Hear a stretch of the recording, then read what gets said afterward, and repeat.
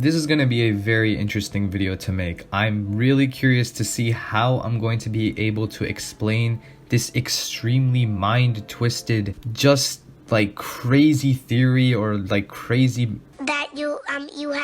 explanation about how the Attack Titan's power works, but I'm gonna do my best to explain it in this video because a lot of you requested it in the comments of the review for episode 20. Attack on Titan was always a very mysterious and at times confusing show, but this just took it to another level. Like, I'm not gonna lie, when I read it through the manga for the first time, it was pretty confusing. And from what I've seen from anime onlys, I can definitely tell that a lot of people are confused.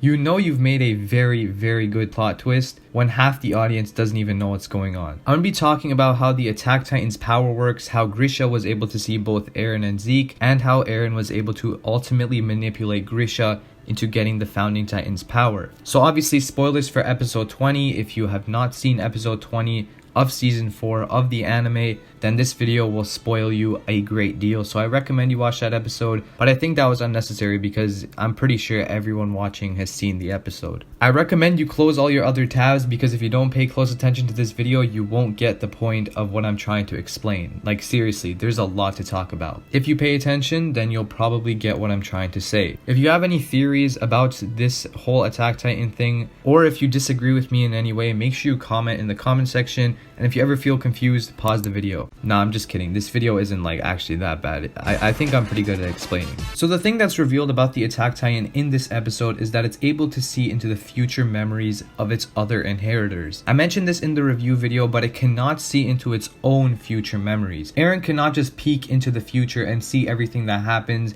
and how the story ends. He doesn't have that many spoilers. What's actually happening is Eren is able to see his own future memories by seeing into Grisha's memories. Grisha is able to see Eren's future memories because Eren is a different inheritor. So if Grisha is able to see Eren's future memories, then Eren seeing Grisha's memories by touching Historia's hand at the end of season 3 unlocks all of Grisha's memories. And in Grisha's memories are his own future memories. So he's able to see some of his future memories, the exact same ones that Grisha was able to see. And speaking of Grisha seeing Eren's memories, Grisha was only able to see a select few number of memories. Grisha was not able to see everything that Eren did or everything that Eren does in the future because Eren limited his ability to see into his memories. There's proof of this because when Grisha was freaking out about taking the Founding Titan's power, he screamed out to Eren and asked him why he doesn't let him see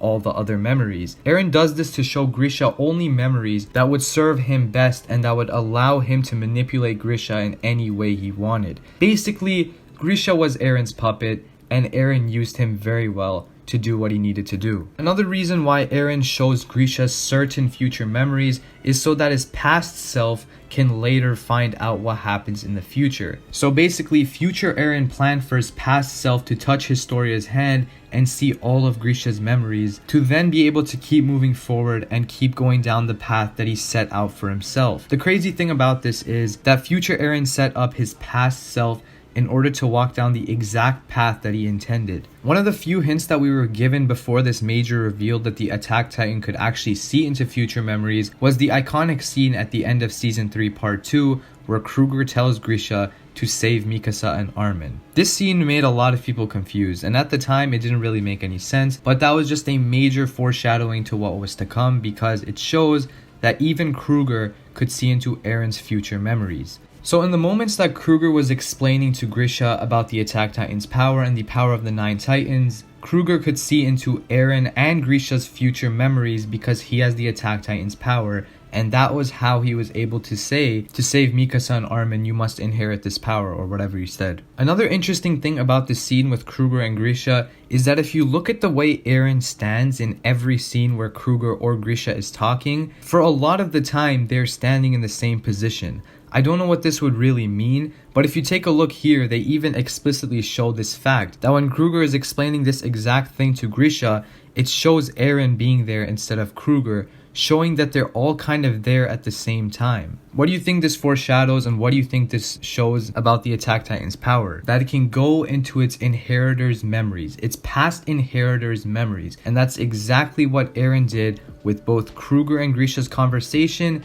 and the most important one being Grisha attempting to take back the founding Titan. So Eren seeing these memories at the time that he saw them, both the memories of Grisha and Kruger's conversation, the whole thing with the basement, and him kissing Historia's hand and seeing all of his father's future memories. This was all intended by future Eren for his past self, or I guess you could say teenage self back in season 3, to see everything, to be able to know certain parts of the future. I said this in my review video, but Eren wrote his own story. He's literally the writer of Attack on Titan. So now we have to talk about how Grisha was able to see Eren and Zeke while they were going through his memories. Grisha was able to see Zeke through Eren's point of view. We know that Grisha can see Eren's memories because of the Attack Titan's power, so whatever Eren sees, Grisha is able to see as well. If you look at the two scenes where Grisha is able to see Zeke and actually communicate with him, the way Grisha is looking at Zeke is the exact same way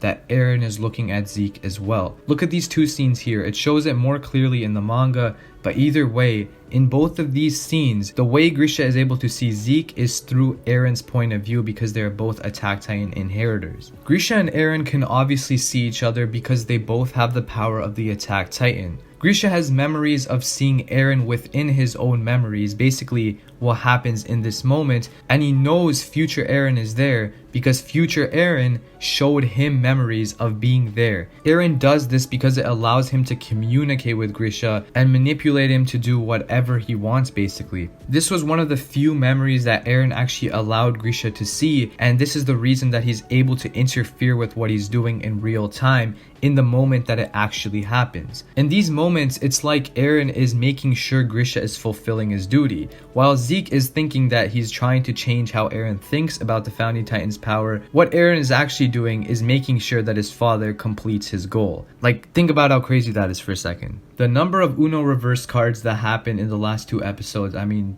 it was just crazy. It might seem kind of confusing how future Eren and Kid Eren could be there at the same time, but that's the special thing about the Attack Titan's power, is that it allows for this to happen. Future Eren at this point in the story, at any point in his life pretty much, as long as he knows the capabilities of the Attack Titan's power, is able to go back in the past and change the actions of the past Attack Titan inheritors, assuming they go along with what he says. And in this case, Grisha went along with what he said. So to conclude, let's get a basic overview of what I just explained in this video in case you're stupid and were not paying attention like I told you to pay attention. The Attack Titan is able to see into the future memories of other inheritors. It cannot see into its own future memories. Future Eren shows Grisha only certain memories that fit him best and memories that allow him to manipulate Grisha however he wants. Future Eren allows for his past self to see these exact memories that he shows his father, and this happens when he kisses Historia's hand at the end of season 3, and that's why he looks absolutely shocked when he sees what his future self actually did. Grisha was able to see Zeke through his own point of view, and Grisha was able to see Eren because he can see into Eren's future memories and can see into the point of his memories where this exact event takes place. Therefore, Grisha can see both Zeke and Eren in the paths